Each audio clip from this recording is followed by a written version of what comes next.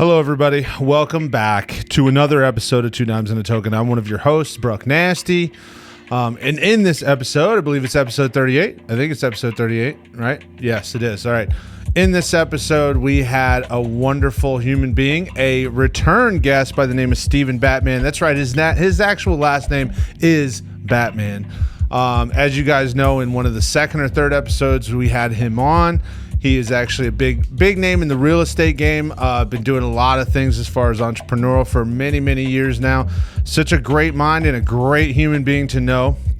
And he's actually releasing a new product onto the market, and it was something that we were interested in, and we wanted to kind of sit him down and ask him a few questions about it. So it's actually a tutorial process on how to jumpstart your own Airbnb business and some other long-term business rental stuff. We ask him all kinds of questions. Why would you want to go down this route?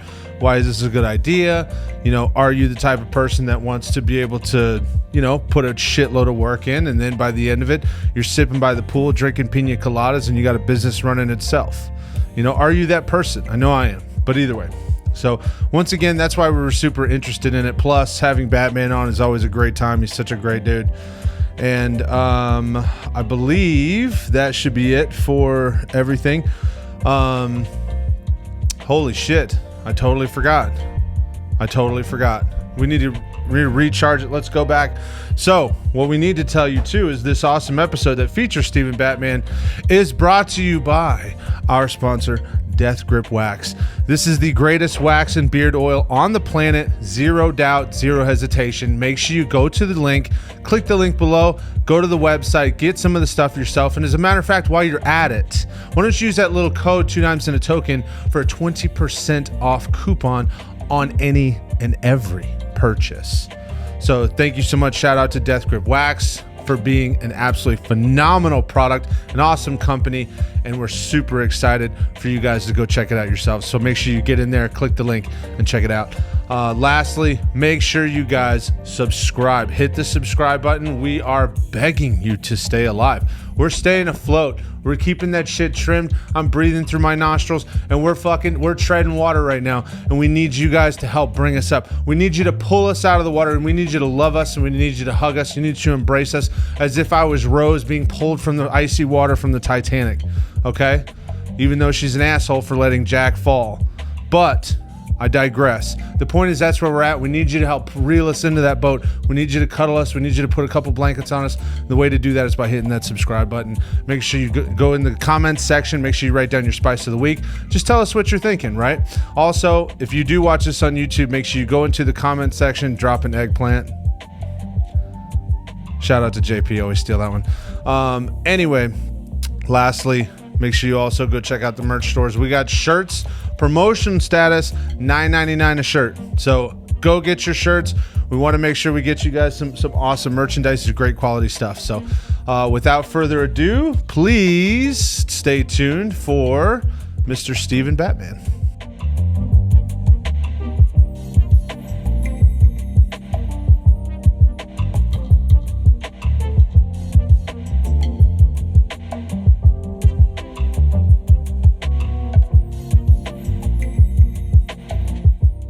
There was maybe 4 or 5, maybe 8 episodes where I had one too many. But, you know, such is podcasting. Hey, man. With that said. Yeah. What is our drink of the pod, brother? So, the drink of the pod today is none other than the Terramana Añejo tequila. God. I mean, unofficially sponsored by Terramana Tequila. As I say, not yet. Not yet sponsored by Terramana Tequila. I love that. That's awesome, dude. But I mean, I really have just kind of gotten into the tequila game recently. Really? It's fantastic. Dude, it is. It's crazy, honestly, because I just got into it probably right when we started the podcast. Yeah. And so much cleaner on my body. Yeah. And you don't have the residuals the next day. Yes, I know. Well, I will say the only time I do have the residuals when you're going through it, you're like, wow, man, this stuff is so good. And then I realize like half the bottle's gone. Right.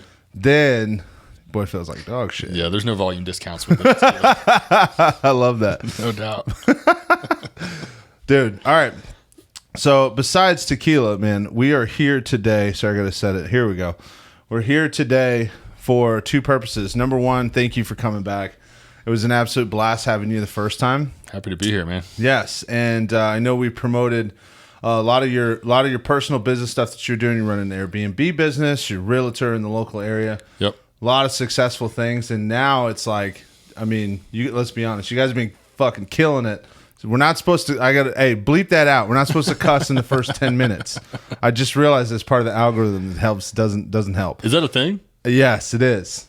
I No did kidding? not. Okay. I did not believe it. I heard 3 other podcasts that I listened to say it. Okay. And I was like, no, well, if I heard it on the internet, it's got to be true. It's got to be true. Exactly. So then I actually started reading up on it, and it is. It suppresses a little bit just because they don't like adult language. All right.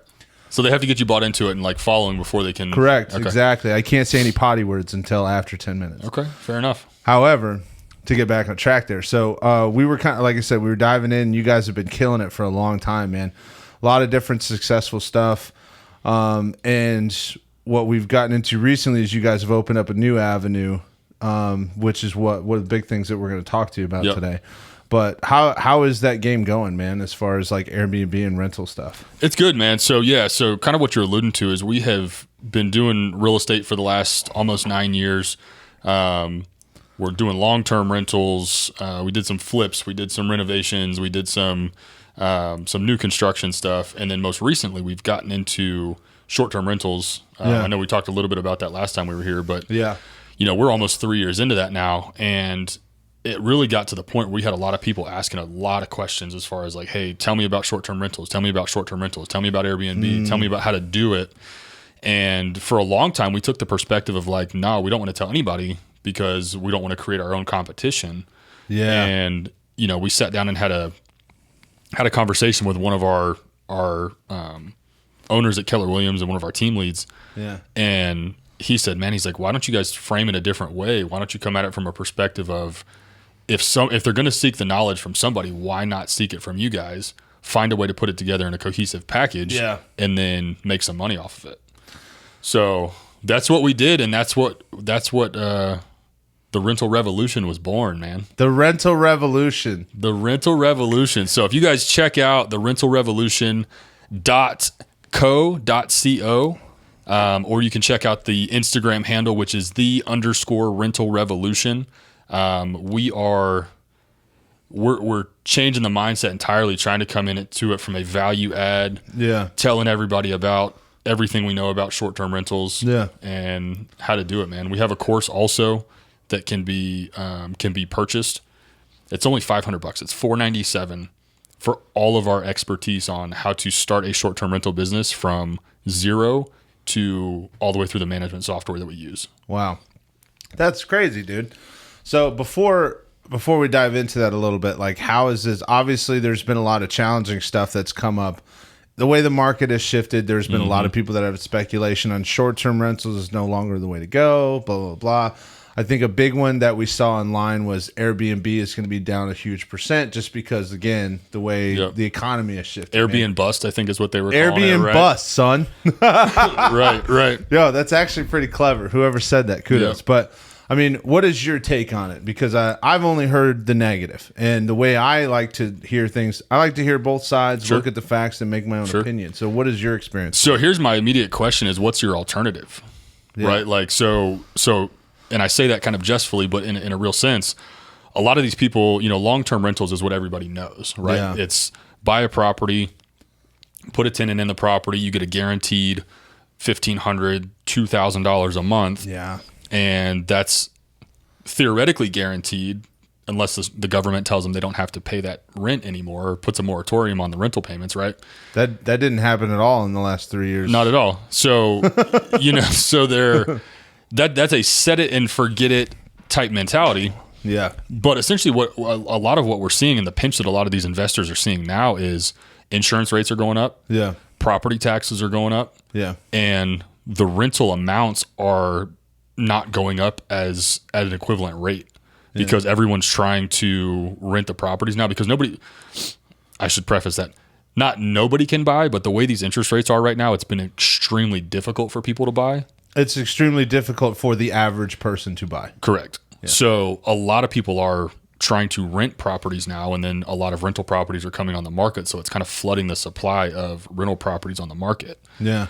So, but even in a long-term rental sense, like you're kind of locked into, like, if it's $2,000 a month, you're getting $24,000 a year for that property. Yeah. Irrespective of what your property taxes do, what your homeowner's insurance does, and all that stuff. So on the flip side of that, what we found with the short-term rental is not only do you have the leverage to access your property more frequently, right? You have more control over your property. Yeah. You also have, there's seasonalities and there's fluctuations in the amount of nightly rate, or the value in the nightly rates. Yeah, I was going to say that. And I feel like in Florida, there'd be a massive seasonal boom compared to a bust at the other part of the year. Well, think about like spring training and stuff down here, like springtime, right? You get the Tigers in town.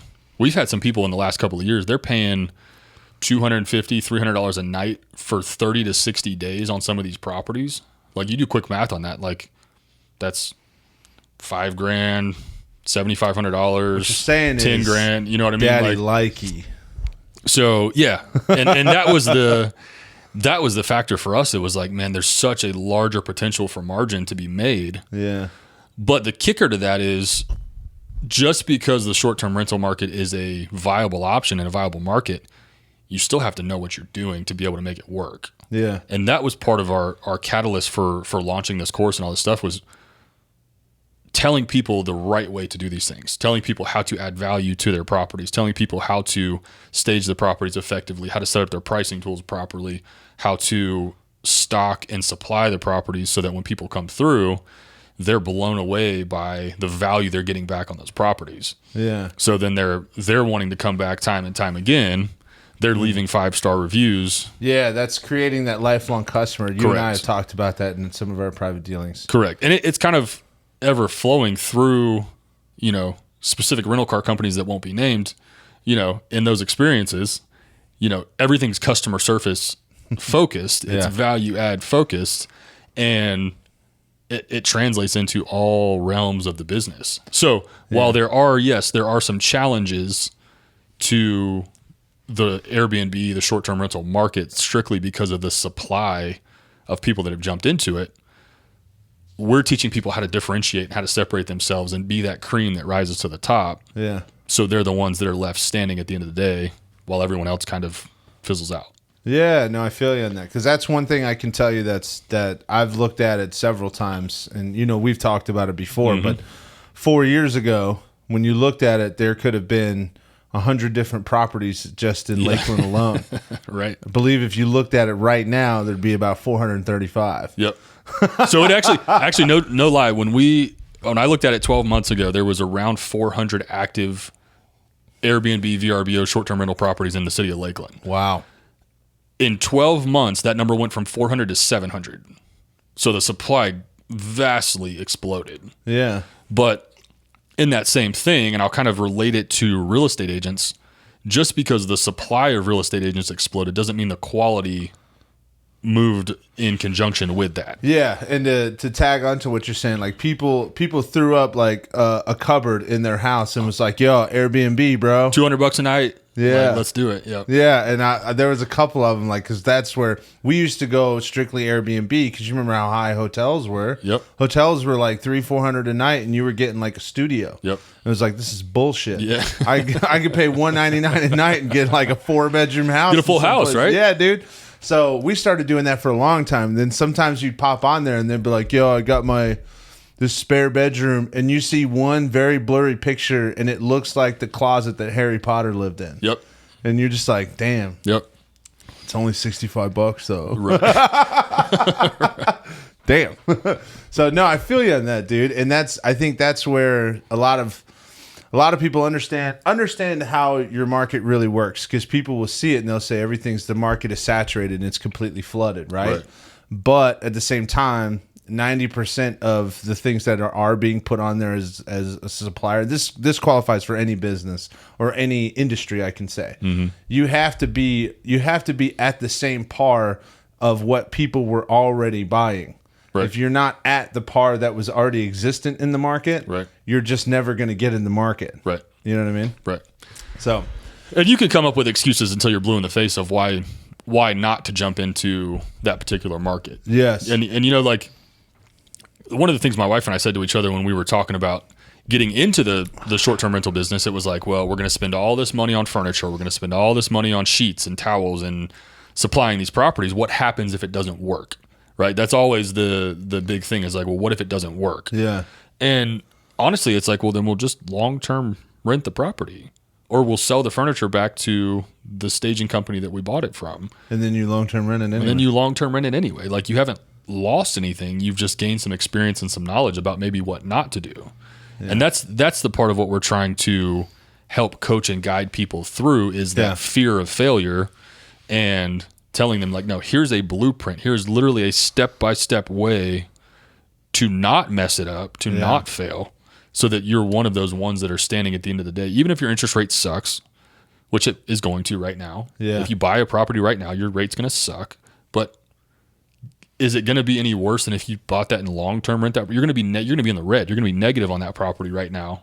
Whereas if you're breaking even on a short-term rental, is that worth it until rates turn around? You can refinance it. Is it worth it until the occupancy rates or the rates go up coming into the winter months and the spring months? You know what I mean? Yeah. So that's kind of the ideal of how I do things whenever I'm building a business, because especially in my my opinion, if I'm starting a business, which now I'm only 3 or 4 in, no big deal. Right. But my first 3 to 4 years in that business, I set myself a goal of 3. Yep. I'm not touching any of the money from it for the first 3 years anyway. Right.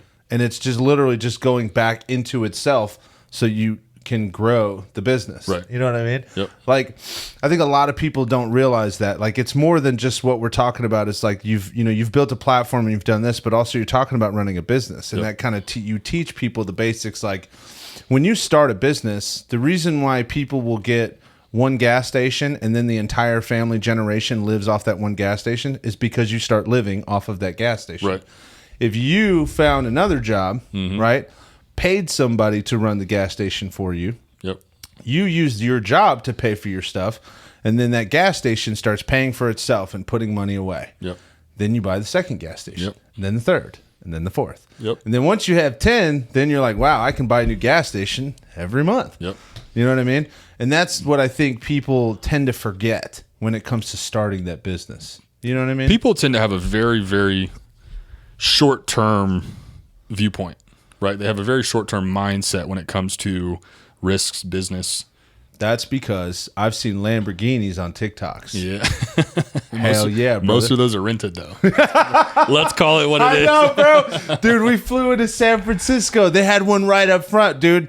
$1,200. Oh, I was going to say $2,500. $1,200 is a steal. $1,200. I was like, bro. I looked at Ash. I was like, she was like, no, absolutely not. I was like, listen, bro. I mean, let's see if I could you sublease that? Could you rent it for $1,200 for the day and then sublease it? Guarantee it. Let's go.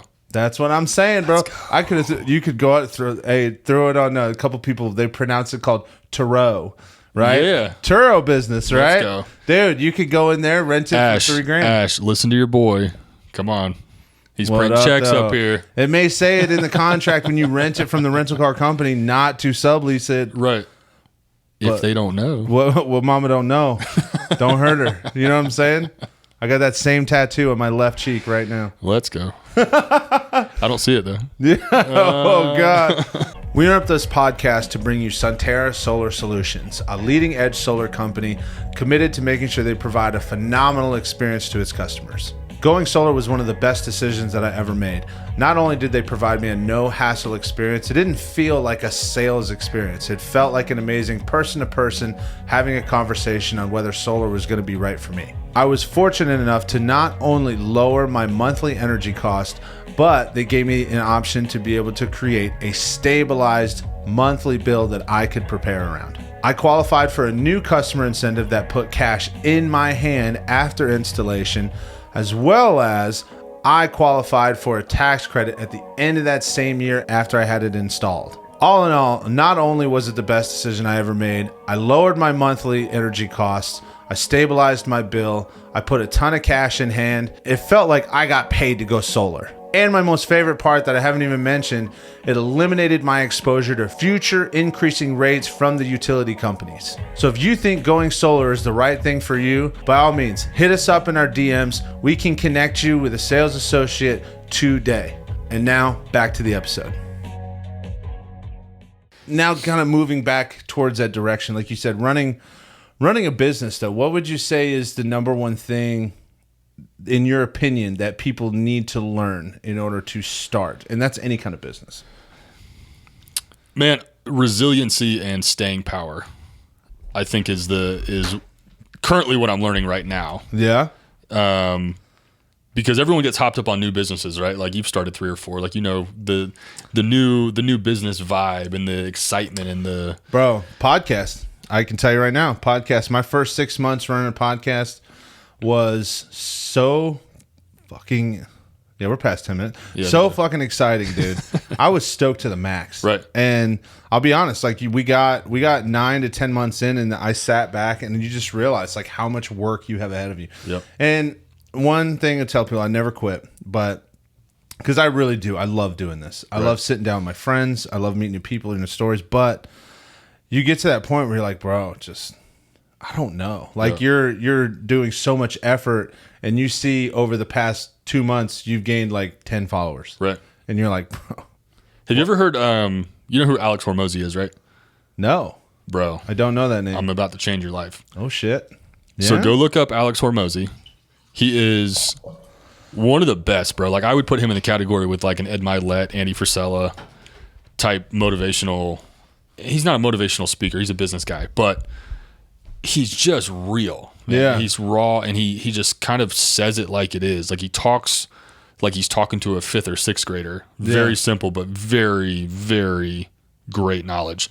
He talked about, he had a podcast for 4 years that nobody listened to. And now all of a sudden he just blows up. Yeah. And then everyone's going back and referencing all the old stuff that he did. And now he's got companies that are worth hundreds of millions of dollars. And he literally is just like, you just can't quit. He's like, you won't ever fail until you quit. God. All right. You ready for this? Dude, Seth Rogen said some shit. Yep. You ready for this? Who is the dude that played Magneto in the original X-Men? Oh, no clue. Who played Magneto in X-Men? We'll be able to one day. We'll have a Jamie, and they'll put it up on the TV for us. Ian McKellen, that was it. The old dude. Okay, yeah, right. That guy. 100%. Yes. Oh my God, dude! I even sent myself this clip. Seth Rogen, one of the comedy geniuses of our generation, right? Which, by the way, that new Mutant Ninja Turtle movie was dope. But he goes, bro. He said, if I've learned anything in this life, the way he laughs and shit, and he's like, just don't quit. He's like, did you ever hear of Ian McKellen before he was the age of 65? I never saw him in anything until X-Men. And next thing you know, he got famous at 70. Right. Like, just don't quit. Right. And I was like, it's valid, bro. Well, it's like the Colonel Sanders approach, right? Like he started KFC when he was like, what, 65, 75 years old? Yeah. You know what I mean? Yeah, and same thing. That dude, that one guy stole McDonald's when he was 55. Right. What's his name? Ray Kroc? Ray Kroc, yeah. Yeah, Ray Kroc. He did. Well, that's not a great example. I just realized I used the word stole. Yeah, don't shoot us, please. Yeah, no, we're good. But either way, we get the point. I get the point. But it's that common theme of like, and Ed Milet says something similar. He's like, always do one more. He's like, your one phone call, your one contact, your one meeting, your one handshake away from your breakthrough. Yeah. And he's like, so many people quit one short of the breakthrough. Yeah. Right? So it's like, if I can offer any encouragement with the podcast, it's like, you're one guest away from blowing up and going viral. You're one podcast away from just exploding and it being all worth it, right? Yeah. It's like, if you're going to go through hell, why are you going to stop in hell? I know, dude. I know. I've heard that reference so many times, especially from the country song. I think I'd agree with that. I think I agree with that trait. I think that's the number one thing is being resilient, understanding that failure is a part of life. And I released a clip today, as a matter of fact. That was one thing I would say I would add on to that is understand that it's okay that people don't like you. Yeah. Like, that's fine. You're like, not going to please them all. Yeah, because you won't believe it. There's like 8 billion people on the planet. Right. If even like 10% of that watched my podcast, like, damn, that's 80 million people. I'm just saying, bro. Like, you go times that by 2. That's how many people follow Mr. Beast. Wait, hold on. Is it 80 million? It better be 80 million. I know. We're gonna look real good right now. Oh wait, hold on. Make sure you buy his tutorial. Oh fuck, 800 million. Shit. So in other words, if I had 1%. Yeah, 1%. 1% is 80 million people. If 80 million people watch this podcast. I don't talk in numbers with that many zeros yet. Yeah, just try to be humble. He doesn't do it in public. So, but yeah, no, I get you, man. I think, and like I said, we released a clip today, and it was along those lines, and it was like, hey, it's okay because you could have 99% of the world just like, bro, you suck, and you're terrible. 1% of the world is 80 million people. I was thinking 10%. 80 million people. If 80 million people watch this podcast, I mean, we definitely would have made it. Right. There's zero doubt. Right. That's amazing. So what gave you guys the inspiration? Excuse me. Let me rephrase this. Because I have a different way I was trying to post this out. What made you guys inspired to start a training course in a world where training courses have been blasted out and advertised on social media? And, you get some people that look at it and they're like, bro, dude, I'm so tired of this shit. Yep. What gave you guys kind of the headstrong? Like, you talked about why, but when you see the market for it, like, sometimes it can be a nuisance. Sometimes you can get a lot of negativity from it. Like, what made you guys want to move forward with it? I had a lot of reservations going into it because I'm, for lack of a better term, man, I'm just not a very social person. Like, when it comes to like social media posts, it's like pulling teeth to try to get me to post something. Oh, I know. Or put a camera in my face. It's like, I know. Who gives a shit? I told you 700 times. I told him he should come over and do this podcast. He only canceled twice. Only twice. But there was actual like really good reasons for it. Besides that, I was coughing like every 5 minutes last week, so it would have been terrible to listen to. You never know. Our guests, they love themselves a little Batman. Yeah, well, I'm happy to come back anytime. Anytime you'll have me. There you go. So really, when we were approaching, when we talked to our owner about the idea of doing that, it really kind of reframed how we approached it and what we were thinking about. And it was like, all right, if we're going to help people do this, we want to do it where it's in a very clear and a very concise way. Because we had searched the internet, and there's YouTube channels, there's Instagram pages, there's areas where you can piece together all of these things, but I couldn't find anything that was like a start to finish, 0 to 100 or 0 to success is how we like to frame it. Like, I didn't see anything that was a complete package that wasn't $10,000. I was going to say, plus there's always the ones where it's like, oh, but if you want this, it's $50. If you want this, $25. Right. And we had talked about that. We were like, all right, well, let's do an introductory price, and then we'll do a bunch of add-ons and coaching classes and some other things. And who knows what that looks like down the road. Yeah. I think the immediate right now is like, there's enough people out there asking for this information. There's enough people out there that physically have called us and said, hey, can you tell me about short-term rentals? Can you tell me about how I can help my clients diversify their rental portfolios because they're eating wind, or they're sucking wind right now and they're not making any money, and they're looking for ways to diversify. Is it the stock market? Maybe, probably not. But is it another long-term rental? Is it multifamily? Like, what is it? And the short-term rental thing, it's such an interesting dynamic because there's so much potential for cash flow above and beyond the norm of what people understand. Yeah. It really is a customer service based business. And it's funny because people that don't come from a customer service background, they don't understand it, right? They don't understand the value add approach. They don't understand the customer experience side of things. Great point right here. They don't understand when they walk into a home and they see a giant television or a whiteboard that says, "Welcome, Bruck family. Thank you so much for choosing us." Right. That right there. Right. Here's a QR code to log into the Wi-Fi, or here's a QR code for our digital catalog. So here's some recommendations for restaurants and stuff like that. Just little stuff. Yes. But it's questions that we've gotten over the last couple of years. Hey, what's the Wi-Fi login information? Hey, what are some great restaurants locally? Hey, how do I log into the TV?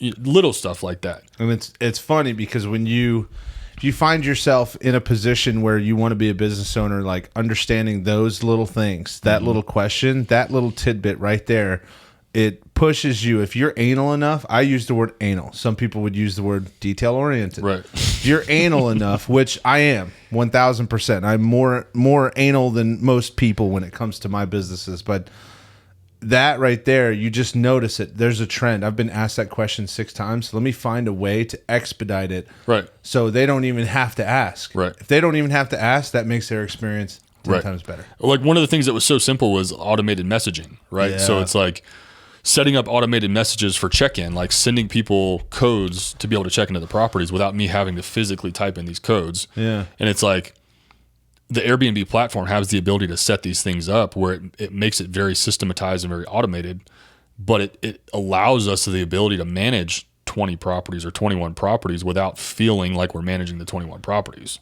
But also on the other end, without having to pay the additional labor that it takes to typically, what we would say back in the 1970s, manage 20 properties. Right. You'd have to pay 5 people to manage 4 apiece. And those are the little things that we've included in this course that, maybe oversights from other people or maybe things that are looked at as like nominal things for other people, but it's like, it's part of our process. It's part of what we do and why we've been so successful in this business.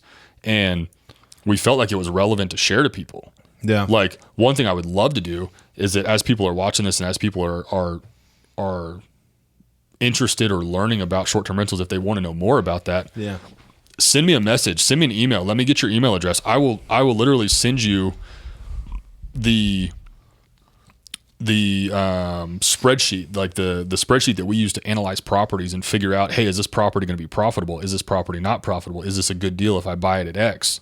So, if your people, if they want to reach out to me, contact me, we can include my contact information in the video. So we're going to do that at the end too. Yeah. So essentially what you tell them is people want to know more, they should slide into you and Madeline's DMs. Let's do it. Mine preferably, because I don't want to have to fight somebody. You know what I mean? Okay. Sliding into the wife. Or you could just slide in the DMs of the Rental Revolution. Right. They have an actual site. Yep. There you go. Finger guns, baby. There we go. Yeah. Instagram page, again, is _Rental Revolution. Yeah. And we're pumping out content every day. We want to provide a lot of valuable free content to get people to understand what the business is. Yeah. And then understand that there's also other resources that are, some paid resources that are going to give you the full scope of the picture. Yeah. So any questions that people may have going into it, and honestly, it's kind of structured in a way where it's multifaceted. So it could be somebody that owns a property currently that's looking to generate more revenue from that property. Yeah. It could be for an investor that's looking to purchase a property specifically for short-term rentals. Yeah. An interesting one is other agents that have real estate clients that are investors that are looking for answers to diversify their portfolios, right? So it's like a lot of these agents, they know of short-term rentals, but they don't know about short-term rentals. So they go with the assumption, I know what it is. Right, but they don't know shit. Yeah. So it's really like, hey, we have a resource, a very affordable resource that is going to help you maintain those clients. It's going to help you make sure those clients aren't calling me to help them facilitate purchases and turning their properties into short-term rentals. Yeah. So it's really just a multifaceted tool, man. And the motivation behind it was value add. How do we help people? And like I said, the conversation with our owner changed our mindset from keeping it all to ourselves to how do we help everybody wrap their head around this? I feel that, dude. I feel that because that's kind of one thing that in something that you and I have talked about before. You remember the exercise idea? Yeah. I had been going back and forth with a partner on that, and you know how it is. Like you can get into a gym nowadays you pay like $14. Mm-hmm. You can work out for the day. Yep. What if you could take the experience that we talked about, but you do it for 10? Right. It's less than what you would do in a normal space that everybody knows what it looks like and all this stuff. But with what I told you about, imagine you could do that and it's cheaper. Yeah. that to me, it's like I love the idea of being able to start the business, but also have it benefit people. So like the one, everything comes in all price. I beg you, don't ever change that. I think that's awesome. I do. I love that idea because it's like you said, man. You saw me when I was 23 years old. Dude, I had no fucking clue what I was doing. I remember I was washing a car. We can say that. Yep. I was washing a car. I had my daughter on the way. I was flat broke, and I had no idea what the fuck I was going to do with my life. Yep. Right? And I'm just like, yo, bro, I'm here. You know what I mean? So it's like, dude, I get it. And then when you encounter people like that, especially depending on the perspective, because we've said this a couple times, people's perspective can sometimes change their ability to handle adversity or not. 100%. You can be in an awesome situation and think you're in the worst situation on the planet and you have no motivation to move. Yep. You know? So that's why I said I love that. I love the idea of generating a business that can actually, I mean, obviously you need to be able to be profitable. Let's all be realistic here. You have to be able to generate some cash flow. But at the same time, you're doing it at a level that can really balance out and people can afford it and you can really help them. Yeah. I love that part. And the goal really is to create a community of people that are doing this at an effective level, right? Like we want to create a community of people that are helping each other and not so much just everyone locally. Like if we have 500 people locally that all have Airbnbs, like there's going to be competition in that market. Yeah. And it's kind of like may the best man win. But ultimately, like if it goes nationwide or worldwide or the principles and the elements of the course start taking root in different places, like you can have these groups and these Zoom calls and masterminds about, hey, here's what we're seeing here, hey, here's how the market's changing here, here's how we're adapting to this. And it comes from a community of like-minded people that have all shared the same experience. And we kind of joked around when we were naming the course and coming up with a name. We were like, oh, the rental revolution, that sounds really cool. I'm not going to lie. And then it was like, it's kind of dope. What if people that join the course are called the rental renegades? Because they're changing the landscape of normal rental thought processes, right? Blew my mind. If you guys want to be rental renegades, join the course. That's dope. That's fantastic. Yeah, man. It's but it's been a lot of that. Like we launched and we thought it was going to be, we thought everybody and their mom was going to want it, right? Yeah. It was like, oh, we're going to be millionaires overnight. And it was a humbling experience because it was like, no, it's like you launch, but now the work starts, right? Like now you have to go out there and talk to people. You have to promote it. You have to show them why it's valuable. Yeah. And so it's a process. It's a sludge. And it is, dude. It is. Like you said, being able to handle adversity and being able to handle that stuff. So now on the other side though, like how long has it been since you launched officially? Like a couple weeks. So it's still real new. Okay. So realistically, say you get 2 years down the road, like what would you say is going to be the evolution as far as the change in this type of product? Do you guys see yourself changing as far as what you're being able to offer? Do you see your blah blah blah? Do you see yourselves price changing? Do you see yourselves evolving and adding additional courses for different types of real estate investment, or like you said, stock market stuff? Like, is this really kind of what it is, or do you guys have a larger dream of what this is just the start, man? Like we kind of talk about this throughout the course, but really to not beat a dead horse, but to go back to kind of the foundation of the purpose behind it is really the value add from a generational perspective, right? Like we talk a lot about, we talked a little bit about last time about legacy and what are you leaving for the next generation and what are you setting up for your kids and stuff like that. That was, dude, that was our second episode. Yeah. That was a dope part of the episode, dude. Yeah. So it really like, and it sounds cliche, and I know the legacy and things are a lot of buzzwords, but my wife and I really sat in that thought process a lot the last 12 to 18 months about, what are we doing for our kids and what kind of legacy are we leaving for them, and reflecting on, the generations that are ahead of me or I guess behind me from an age perspective. What legacy have they left and how am I carrying that torch? Yeah. So it really is, to answer your question, the idea is that we're going to continue to to pump out information. We're going to continue to tweak and change as the market tweaks and changes, but the ultimate goal is still to provide people a viable way to build a generational legacy of real estate wealth, tax deferrals or tax depreciation or tax ways to offset tax obligations with how they're making money. Yeah. And it seems like it may get lost and drowned out in a sea of every other influencer talking about the same types of things. Yeah. But it really comes from a place of like, how do we share and add value to people's lives based on what we know, what we've learned, what we've been blessed to learn at a very young age. And kind of like we had talked about early on is like, how do we pay it forward? Right? Yes. Like, how do we take what we've been given, pay it forward to someone else? No, that's good, man. That's good. Because it's funny you say that, because I was actually asked, this is going to seem, it's not dark. It's just going to seem that way. No, I was asked a question the other day. Somebody had brought up a clip to me. Because you know how it is when I look at things, I interpret things I interpret certain things with intent. Comedy things, no, I interpret it for it being funny. But in this particular perspective, the guy asked a man and a woman, he said, hey, if I gave you $1 million, how would you feel? Great. Fantastic. All right, let's change this up. What if I gave you guys $10 million, but you couldn't wake up the next morning? And they're like, no, I wouldn't do that. And they're like, okay, so what you're telling me is that waking up the next morning is more valuable than $10 million. And they were like, yeah, apparently. Right. And so my perspective, especially with the way that I think and the way that I process certain things, it's like, when I was asked that question, I was like,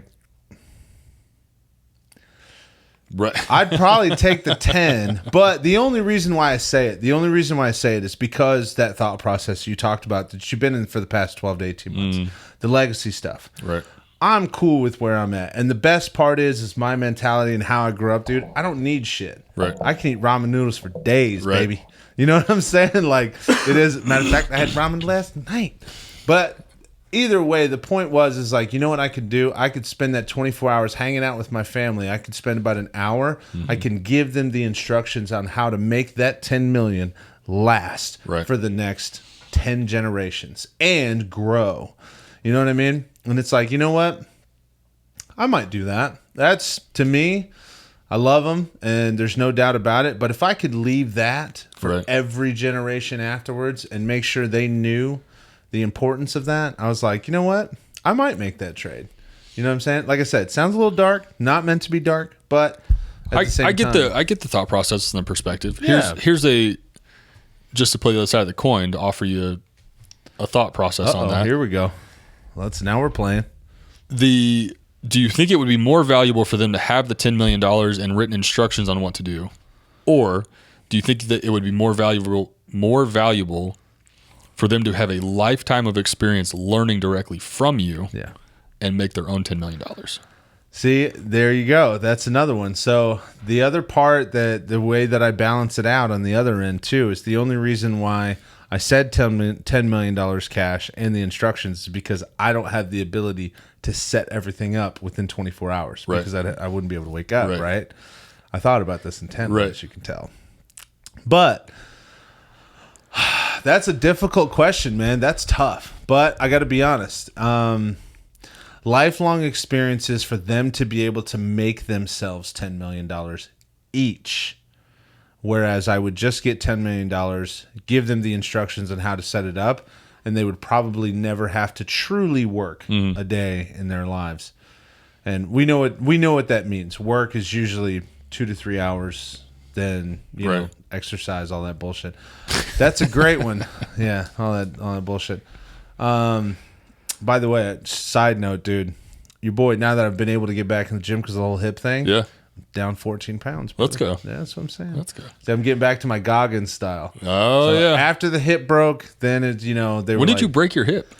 So, long story short, this side note here. No, I've had, remember I was running. Remember? I was running, bro. Your boy was down to like 280?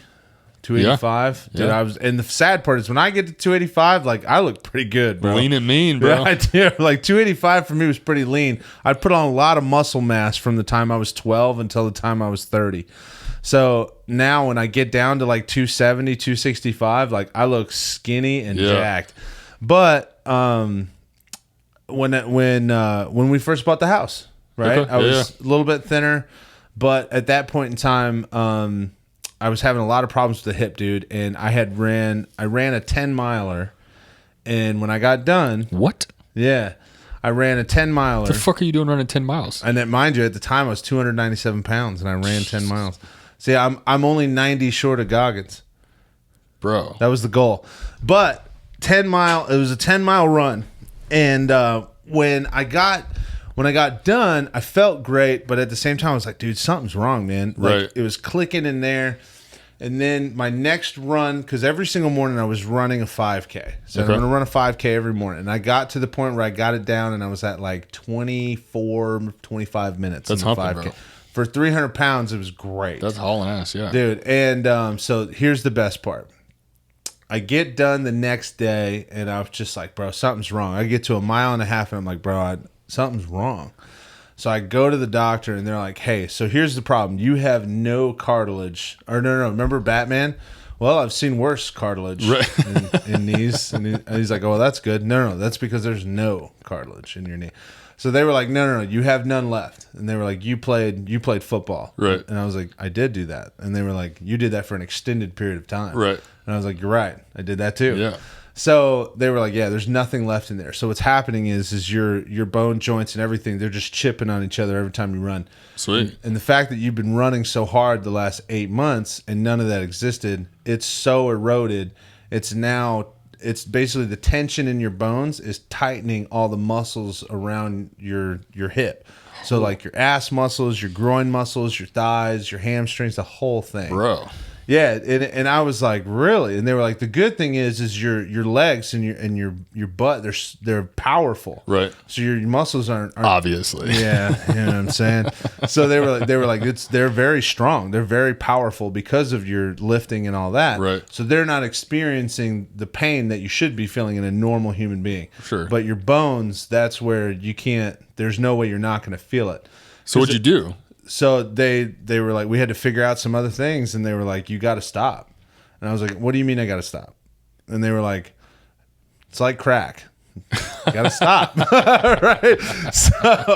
So anyway, they were like, yo, you need to stop doing this. You need to figure out, you need to have a full hip replacement. I was 33. Bro. I'm 34 now. Did you do that? No. I didn't think so. No, I didn't want to do that. I was like, bro, I'm 33. I don't want a fucking hip replacement. Right.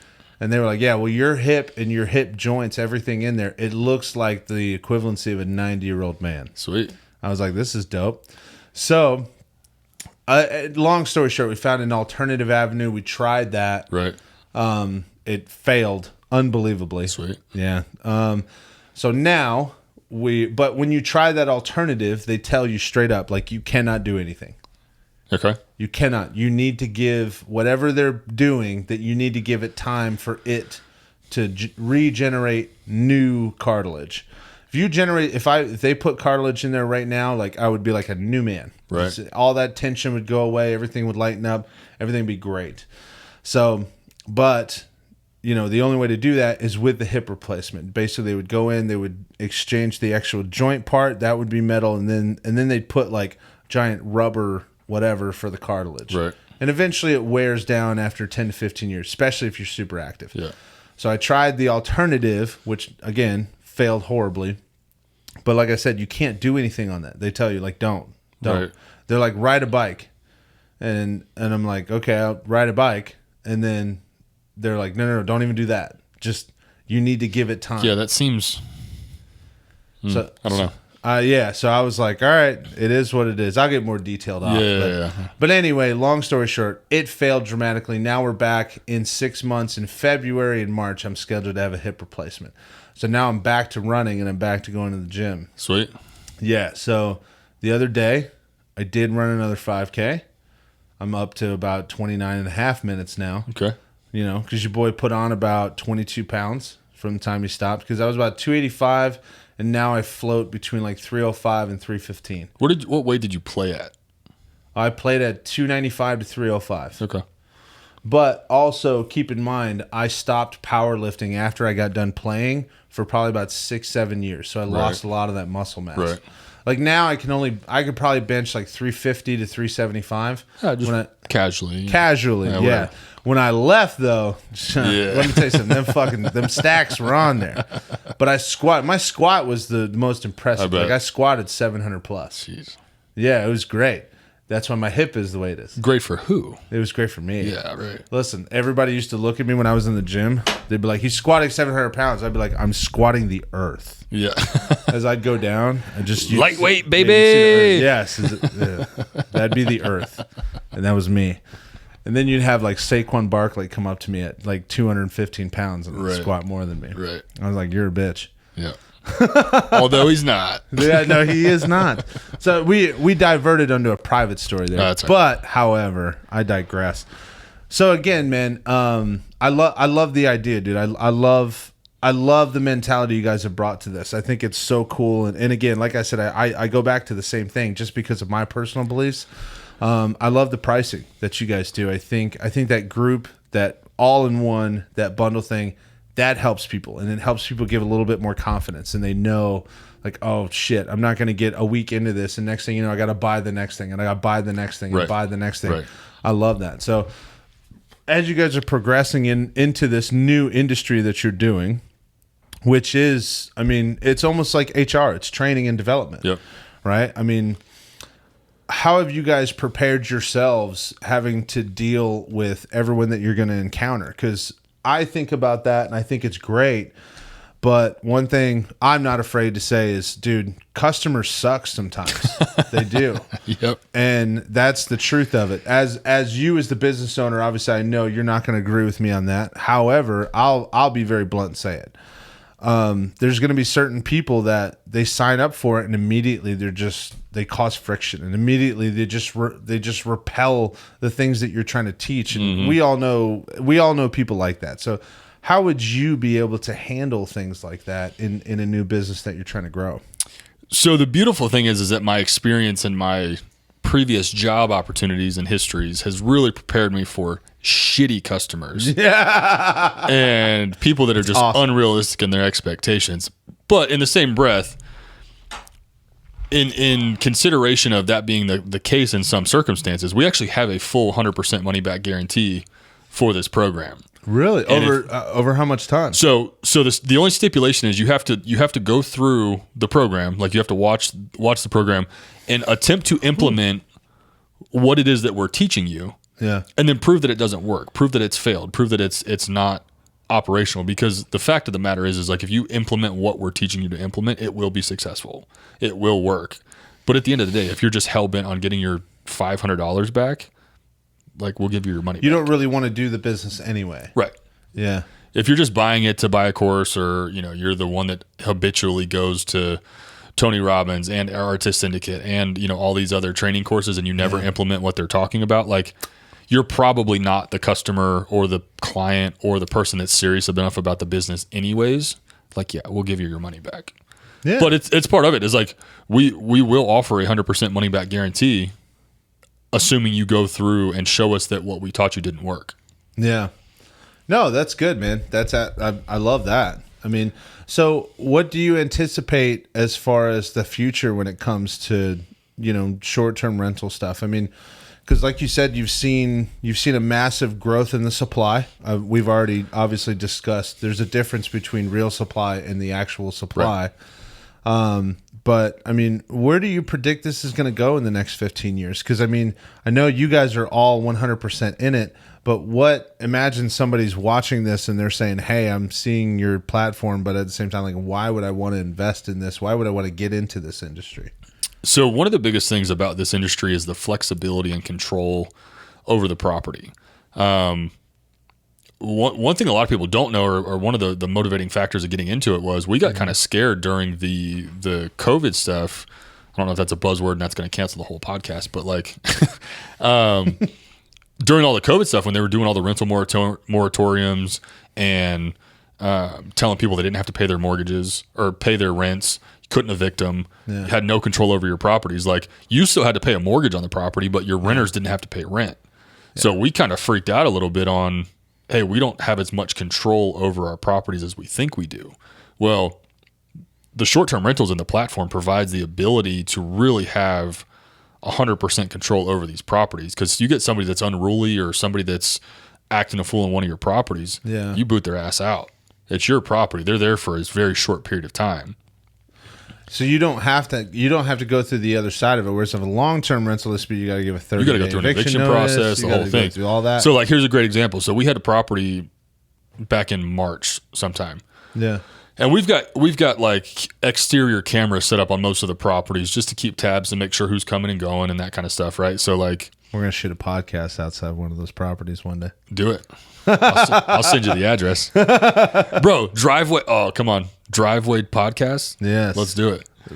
Why not? Let's do it. But and I don't always check the cameras, but periodically, like I'll get a notification that something's going off on one of the cameras. There's motion. There's a person. Whatever. Yeah. And for whatever reason, I just happened to look at this particular camera this night. It's like 10 o'clock at night. It's on a back porch of one of our properties.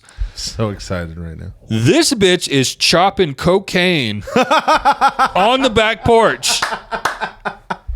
She is dime bags, scale, razor blades, chopping that shit on the back porch. No way. Of the property. Did she have a mirror? Was she doing it on a mirror? Yes. No way. Yes. Listen, I was like, I'm not a smart man and I'm not very versed in the whole drug realm, but even I knew what the hell she was doing. So my point in saying that, though, if that's a long-term tenant, what are you going to do? Call the cops? Maybe. Then you still have to go through an eviction process, 30 days. You're not getting paid for rent, right? We had them out of the property by 1 a.m. No way. 1 a.m. Wow. I called Airbnb. That's crazy. I was on the phone with their support. I sent them documentation and pictures of all the stuff that was going on. They called the guests and said, hey, there's been reports of drug activity on the property. You have the option to leave the property now and forfeit the reservation, or we're calling the police. They were out in 3 hours. Wow. So did they give you any pushback? Like, you're watching me? They gave a little pushback and like, oh, we're going to take you to court. We want our money back. I was like, but you were chopping cocaine on the back porch. I said, I sent that to the local police department. I'm happy to turn them over and let them come talk to you if you would like. And they dipped out. They were like, nah, we're good. We're good, bro. Yeah.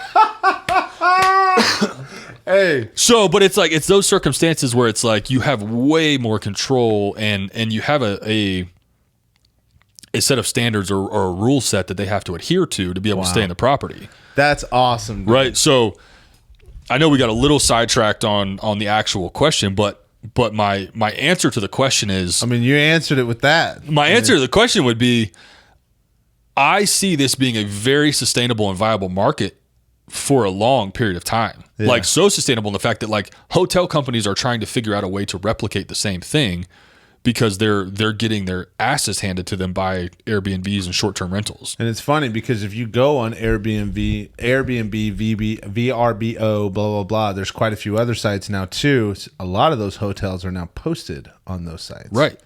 Like Marriott's doing like the home away or whatever their option is for longer term stays. They're trying to not become Blockbuster. Right. Right. Yeah.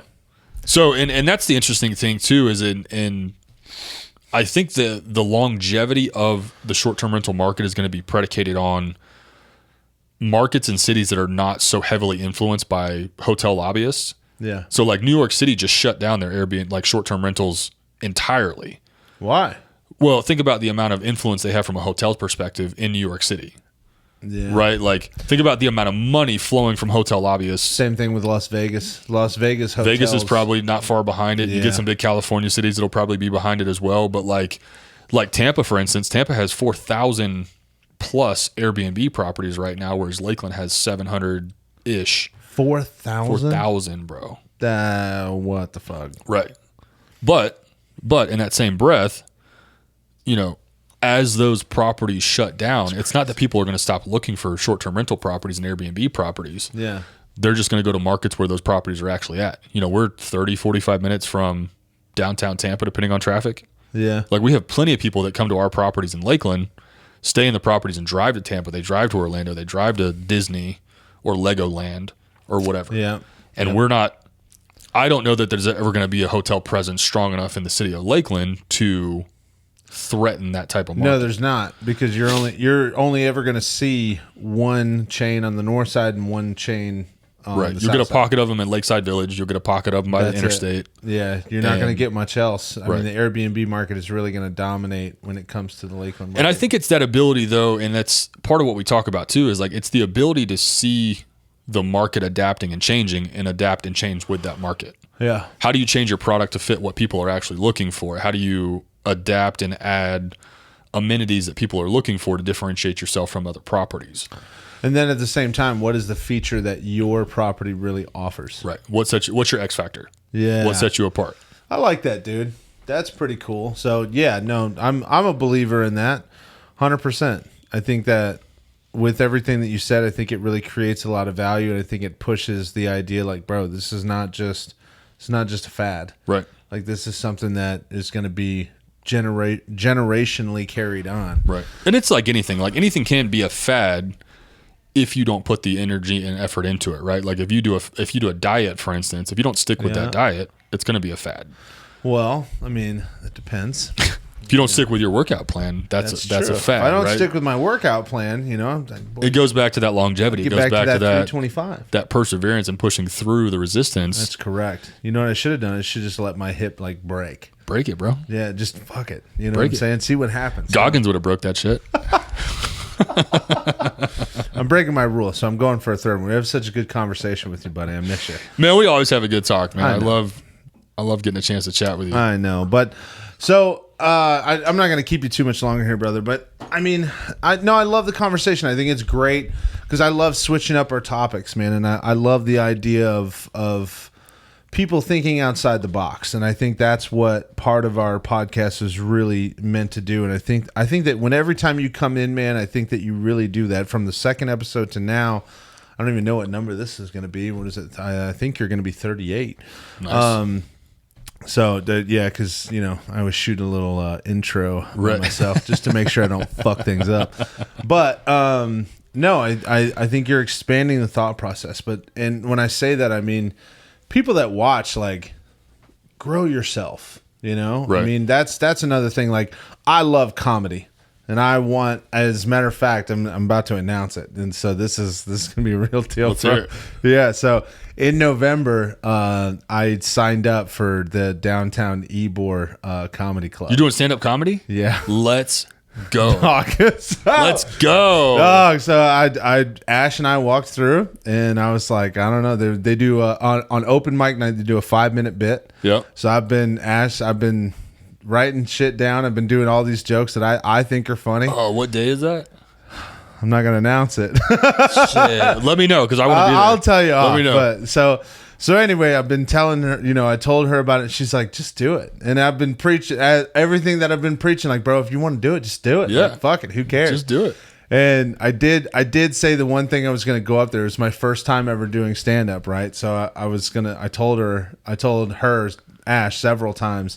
So what I'm going to do? I'm just going to lead. This is what I'm feeling. I'm going to lead up with it, and I'm going to be like, this has been my dream for a long time. I've always wanted to be a comic. I think it's hilarious. I love comedy. This is my first time up here. So the one thing that you can take away from tonight is that there's no one in this room that has a tighter asshole than mine. Prove it. So that's supposed to be a good opening, I hope. Well, now that I've ruined it, whatever. I'll probably think of something else. But either way, so that's hilarious. Yes. That's what I love. Going back to the original statement, I love the idea. Like, man, you expand the thought process. Do things that you want to do, and even when it comes to a business sense, when it comes to anything, like, embrace that mentality that you have. Like, just go do it. And we've really embraced that. Like, I never really wanted to be a coach or a teacher of any sort. Yeah. But it's so rewarding, like, sharing experiences and sharing knowledge and teaching people and helping people understand concepts that are not that complicated, but they're just foreign to a lot of people. Yes. So because you don't know what you don't know what you don't know Yeah. until you know, right? That's the point. And it's I don't know what this turns into. I don't know how it develops and what it actually becomes. Like, we'll look back on this hopefully in 10 years and it's completely different than what we ever anticipated it being. But I think as long as we maintain the value add approach, how do we contribute to people's lives along the way, from a legacy perspective, from a developmental perspective, from a teaching experiences that we've learned, I think it'll kind of take care of itself. Yep. No. And then whether it's one-on-one coaching or mentorships or Zoom calls or whatever that looks like the cool thing is that we are accessible. You know, it's funny, like, people that are up in this realm, right, that the influencers, the podcasters, the Rogans of the world, like, they seem like they're intangible, right? They're untouchable. But it's like, through this process, it's like, yeah, you buy the course, you learn the course. If you have questions, call me. Yeah. You know what I mean? Like, pick up the phone or send me a Facebook message or an Instagram message. Like, I'm a real person. I'm tangible. I will answer your question. I don't just look good on camera. Right. Again, don't DM my wife, but like, send me a message, right? Like, I'll listen. Anybody DM his wife. I'm not going to say her first name, out of respect, right? Because I don't want you looking it up. But if you DM, we both whip ass. All right. So no. All right. So we'll go ahead and wrap this up, man. All I'm right. pretty sure I don't know. I don't know if we did. I don't know if we had that at the end of the last podcast. We now do Spice of the Week. What's Spice of the Week? See, that's what I said, man. So long ago. You need to come on. I do. That's all I'm saying. So Spice of the Week. So from now on, what we started, like, I think episode 7, I think we started it. Okay. At the end of every episode, we have everybody announce their Spice of the Week. Spice of the Week is something that made your week just a little bit better. People can sometimes have dog shit weeks, but there's always that one thing that you remember. It was like, man, but that was a good time, you know, or whatever. Maybe sometimes it's big, sometimes it's small.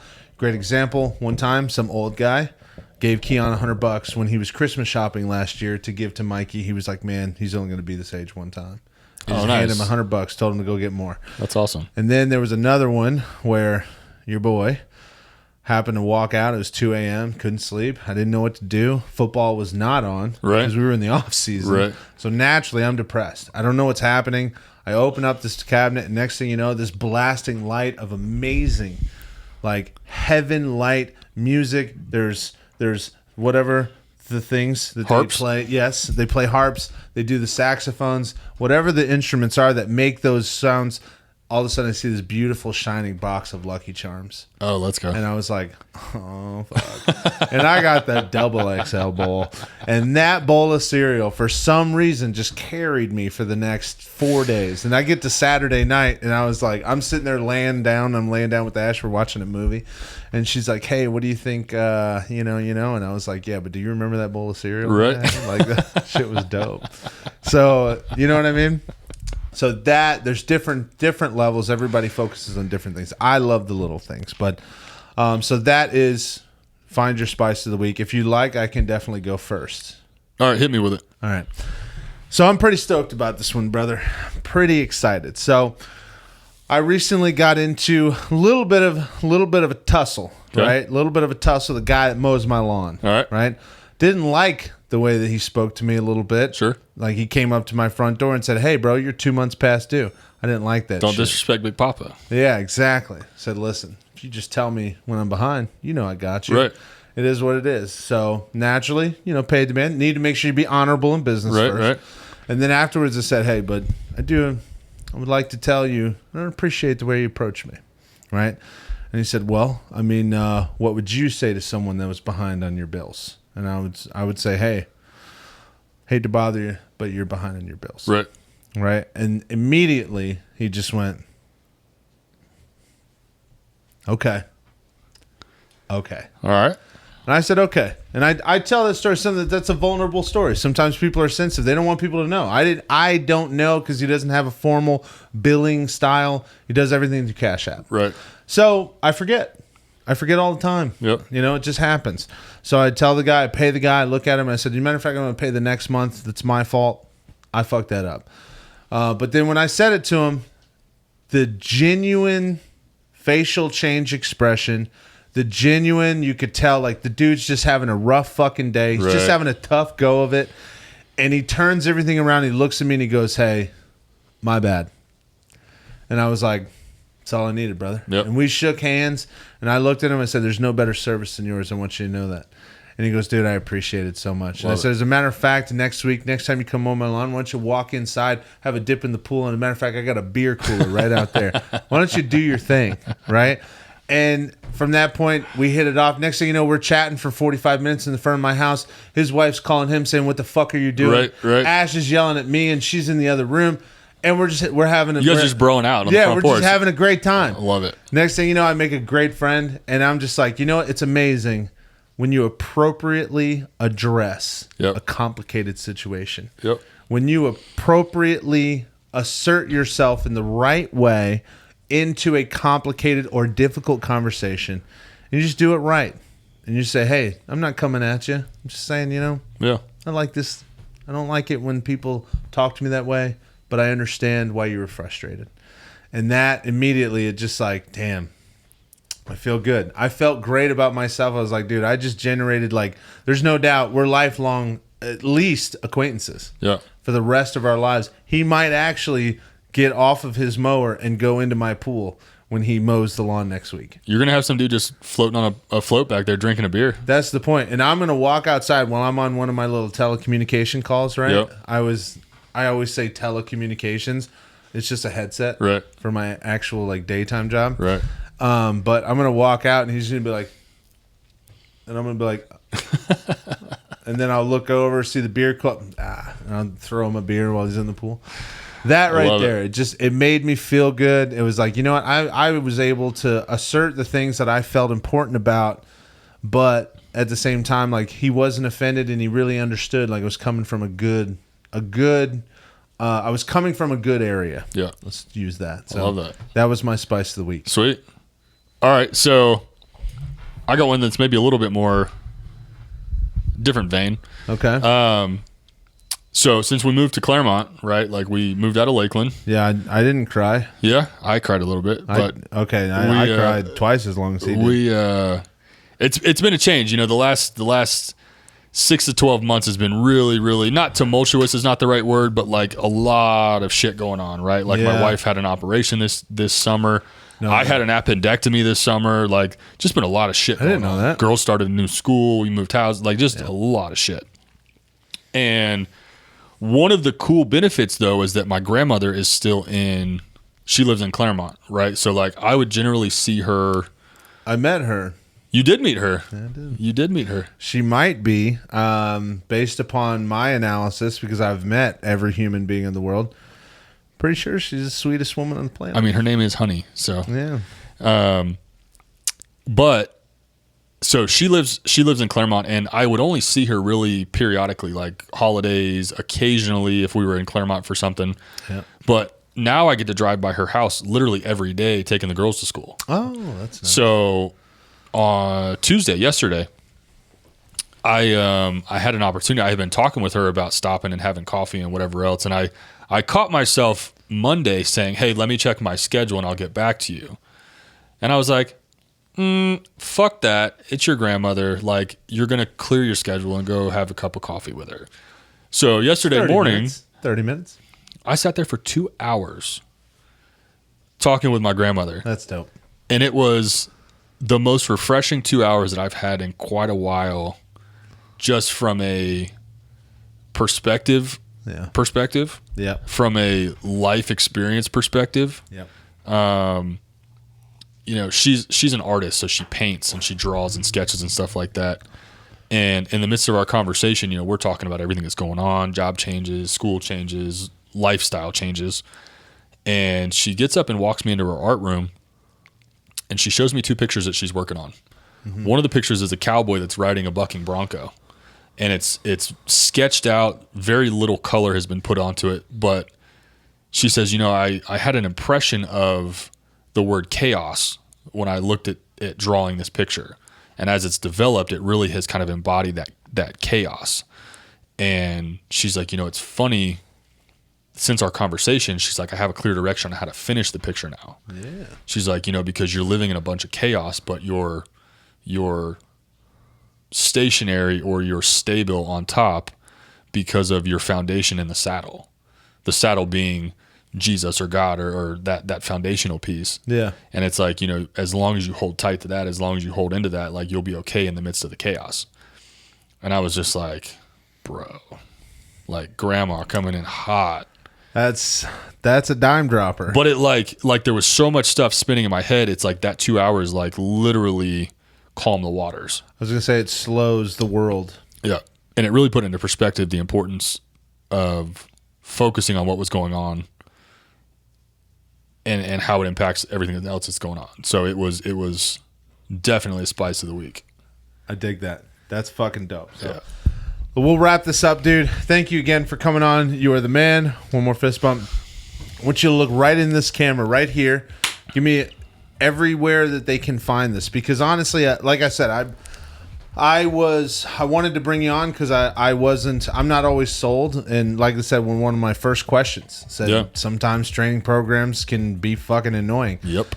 But throughout the process, given the price variation, everything that you've told me, the investment that you go over, the time, everything, I'm 1000% sold. I think that if someone's going to invest into this and they want to get into the short-term rental properties, I think this would be the way to do it. Yeah. So tell us where they can find you and your training course, as well as if you want to introduce your properties. Yeah, so my name is Steven Batman. My wife's name is Madeline Batman. We are on Facebook, Instagram. My Instagram handle is Batman_the Realtor. They are the Batmans. The Batmans. My wife's is homes.in.heels on Instagram, and then our rental revolution is at _rental revolution. You can Facebook search the rental revolution. The website is www.therentalrevolution.co.co, and that's going to take you directly to our website page. It's going to have all the information. It's going to have all the perks and the facts about the course, what you can learn. And it really, really is just a great, great resource for anybody looking that's interested in that short-term rental realm. I'm happy to answer phone calls, emails, text messages. My phone number is 863-608-1618. You can call me or text me. Send me your email address. I can send you all of the free information that we have. I can plug you into our socials. I think you guys would really, really benefit from what we've put together and what we're doing. So trust your gut, trust your instinct, set your legacy for your kids, for your family, and join the rental revolution and become a rental renegade.